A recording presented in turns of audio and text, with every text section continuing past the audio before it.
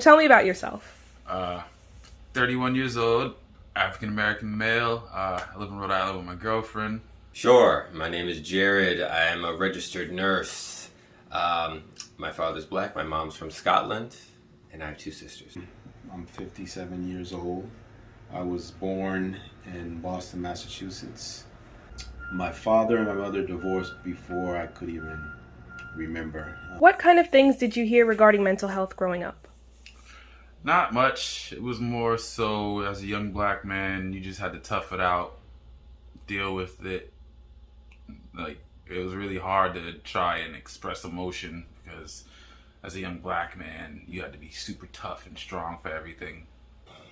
My dad was one of the few black commanders in the Navy at the time, the lieutenant commanders, and he left home at 17 with nothing. So as I was growing up, a lot of the attitude that I got was a sort of a toughen up, push through, and not so much emotional stuff, but more just here's how to get things done. As the only actual male, knowing that I was going to be the last of the Hudson line until I have a son or whatever, there's like a lot of pressure was on trying to like be strong for everybody. What was your greatest source of support when you were growing up? I think my greatest source of support growing up tended to be more books, video games, the few friends I had in the cul-de-sac that I lived in. My greatest source of support would probably be I was with my sister and my grandmother and friends from the neighborhood, both people and everybody in the neighborhood, and that's who you cling with, that's your support system. My parents and a couple of my friends here and there, just to, talk, vent every now and then. Growing up in the church, being a musician and playing drums, it helped. I love music. Music was an outlet, so like I would get upset, I would either jump on a piano, organ, a guitar, or the drums. When it came to like emotional support, did you feel like they were people you could confide in and help you get through things? Not really, because a lot of my male friends didn't go through what I went through as a kid. So like my upbringing was different from them. I was raised by my grandparents, whereas they had their parents, and like the PTSD from what happened with my mom versus them having both of their parents around, it made it difficult for them to understand exactly why I'm always angry or why I'm always like drinking or why I'm always like just all over the place versus how they just have everything basically set for them. If I had somebody to talk to back then, I would have been a totally different person. I didn't have somebody to talk to and deal with the stresses. A lot of things that growing up I kept to myself. So I was relatively a quiet person, quiet kid. Always whatever was going on, I kept it in. I didn't have any outlets, anybody to talk to and express my feelings. My family wasn't very emotional and weren't very open to having super intimate personal conversations. They were more the people to go to for like career advice and things like that. What experiences in your life have fundamentally changed who you are? I would definitely say being there when my mother was murdered in front of me. That triggered a lot of PTSD and anger growing up. Getting locked up multiple times for stupid reasons, even though I was found not guilty for anything, and then that affecting my ability to find a good job. That affected like my emotional and mental state too.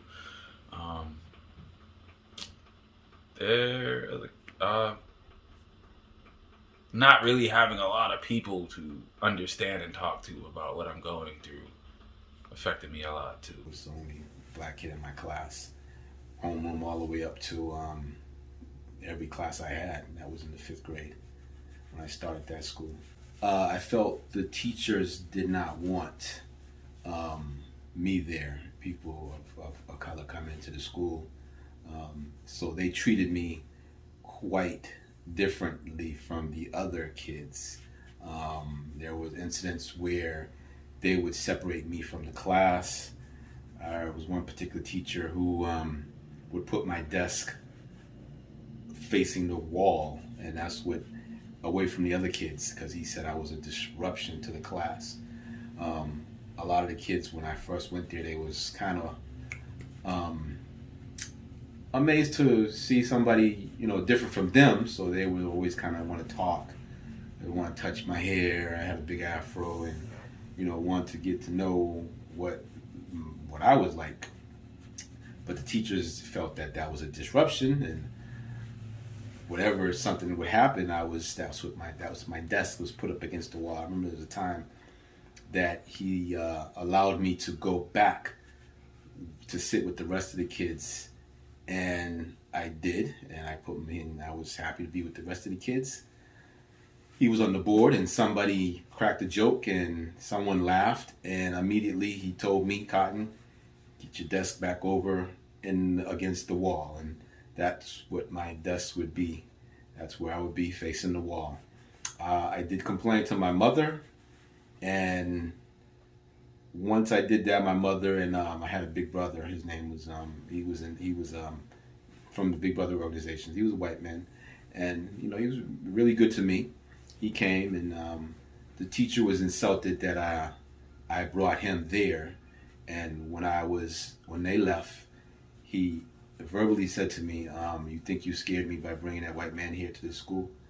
And at that point, it was just like, why even bother? I just dealt with whatever they threw at me, and that was it. And it happened from the 5th grade all the way up to high school. I think that particular teacher probably marked me so that other teachers would come at me a little bit. So one moment that I think was very impactful for me when I was about 12, 13 years old, there was a kid in particular who would bully me excessively. It was physical. It was just emotionally very abusive. And one day I said that I was done with this bullying. I was done with feeling small. So before I left for school, I took a box cutter from my parents' house and I kept it with me all through the day. And at the end of the day, when he was getting dropped off at the bus stop, we got dropped off at the same bus stop, I went up behind him, I followed him, I called him by his name, and he turned around and I showed him the box cutter, with the implication being that I was going to hurt him with it. And I saw the fear in his eyes, and it was so different from what I was used to that it scared even me. And I remember turning around and running as fast as I can. I ran back home, and then I threw the box cutter in the trash, and I just sat there very scared that I was capable of almost doing a very bad thing. A couple of experiences in my life have changed who I am. I think when I was 16 years old, and I had a van. My big brother had given me a van that he didn't use any longer, and I was driving down the street, and a car came in front of me and blocked me. I'm like, "What is this?" I'm thinking it's nothing. So I decided it was an unmarked car. I didn't realize it was the police at that time. So I was about to back up. Another unmarked car came and blocked me from behind. So now I'm like, okay, what's going on? The next thing, they get out, they jump out, they have guns and their rifles and long guns, and they drag me out of the car and put the gun to my head, and one's yelling and one's asking me what am I doing, and the other guy's saying I did something. The other guy's kind of just trying to talk, and that whole incident, I was just like shocked and pretty much afraid for my life, because back then, if you were in a car or a stolen car, the police would just shoot you in the car, and that was the end of the story. So they searched the car, couldn't find anything, even though the young cop was determined and yelling at me that I did something and that he was going to find out what I did and blase. But eventually they just kind of left me there and drove off. And I was so shooken up by that, I just pretty much parked the car, sat there for an hour because I was afraid that they were going to accuse me of trying to escape and then shoot at me. So I sat there for a good hour or more. So, like, getting locked up, were there people in there, like, that could help you talk about things? Or? So they had their people there, but it was more so based off of how you felt being locked up. It had nothing to do with your mental state. Mm-hmm. It was just more about like how you felt in this position. All these other dudes just got dudes that are gangsters, dudes that are murderers, dudes that are rapists, and you're all just there, and it's like you're just there for something that was out of your control.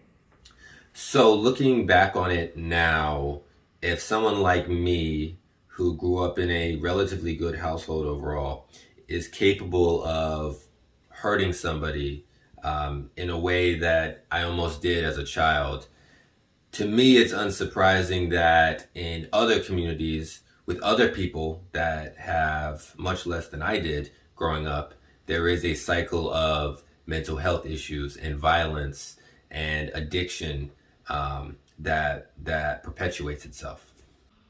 What do you think could be done better to encourage Black men to seek out therapy? I feel like the older generation of men, like say my grandfather's age in that era, who grew through the Jim Crow era and segregation and racism, like blatant civil rights racism, to be more willing to talk to the younger generation rather than talk at them.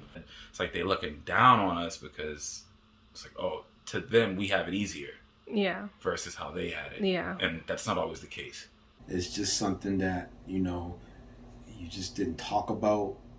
I think maybe now it's changing a little bit where it's a bit more, people communicate a little bit more and talk about what's going on, and it's just a little bit accepted. It wasn't accepted back then. You would talk to, say I need to talk to somebody, they would, I guess you'd be committed. So yeah. That it was a big difference. Maybe if I had a specific person, some counseling, I could have, talked about what was going on in me with the persons I dealt with at school, or the issues with, the incident that happened with the police when I was younger, or even just, growing up in the household with just my mother and my sister and grandmother, and me being the only male in the household, feeling like I had to, be the person that everybody kind of depended upon, because growing up, that's what I thought I was supposed to do.